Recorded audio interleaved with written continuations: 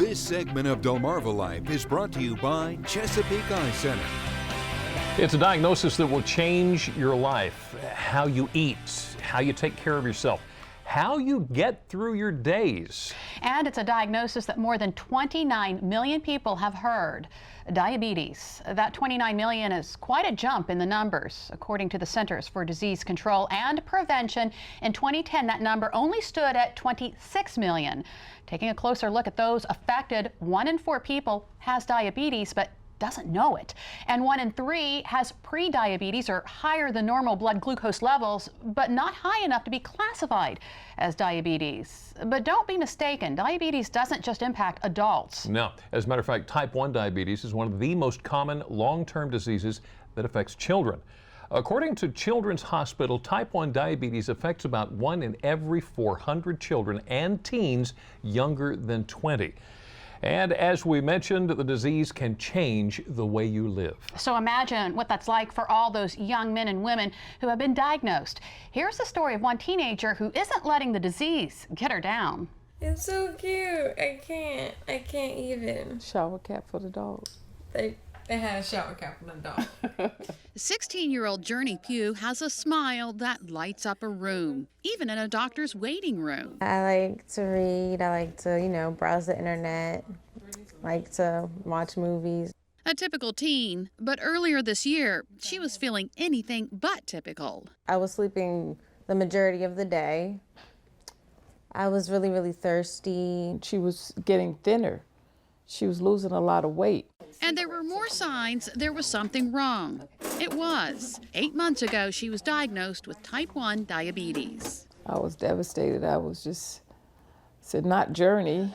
Dr. Naomi Neufeld is Journey's physician. Type 1 diabetes is the type that requires insulin shots daily. That's very dramatic. And without insulin, these children don't do well at all. I give myself shots. The doctors helped Journey go from insulin shots several times a day It's a wonderful pen. to this pen, This is a sample. and soon to this small pump That's the little injection site. that delivers insulin continuously.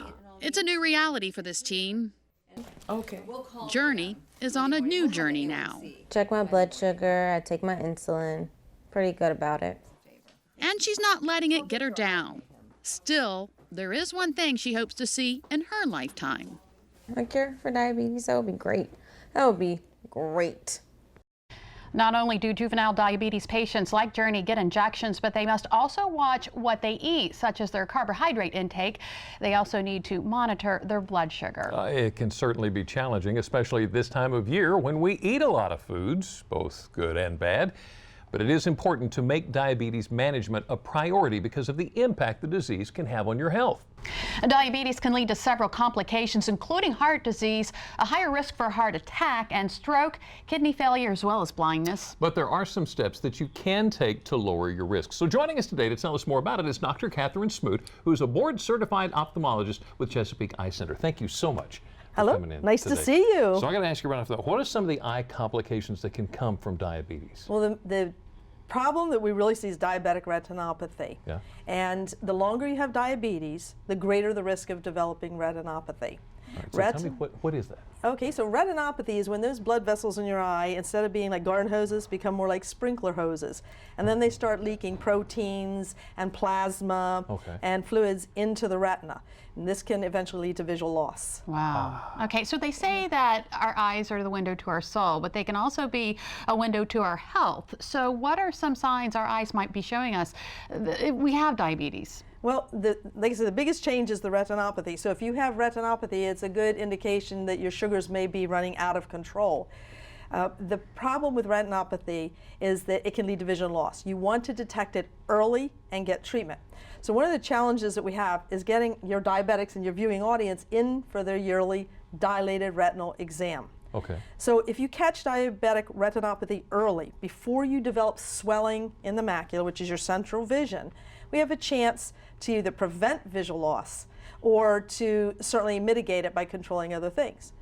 If about half of the people over, or so a quarter of the people over age 40 have some form of diabetic retinopathy if they've had diabetes for a while. Right. And then of those, a good percentage will develop macular edema, which is a leading cause of visual loss in diabetes. That's when we get that swelling in the macula. Right. Okay. So what can you do? You can do it. Don't smoke. That's number one. Number two, control your blood pressure. That can mitigate the effects of your diabetic retinopathy because that affects blood vessels in the retina as well. Control your lipid and cholesterol status. And then, most importantly, control your blood sugars. You should know your hemoglobin A1C. You should know your numbers. Know your number.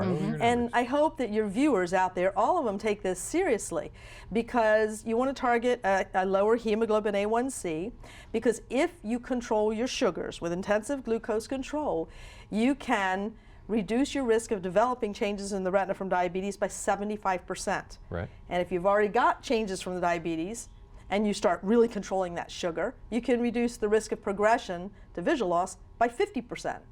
So people don't necessarily take it seriously. They think, oh, I don't need to go for that eye exam.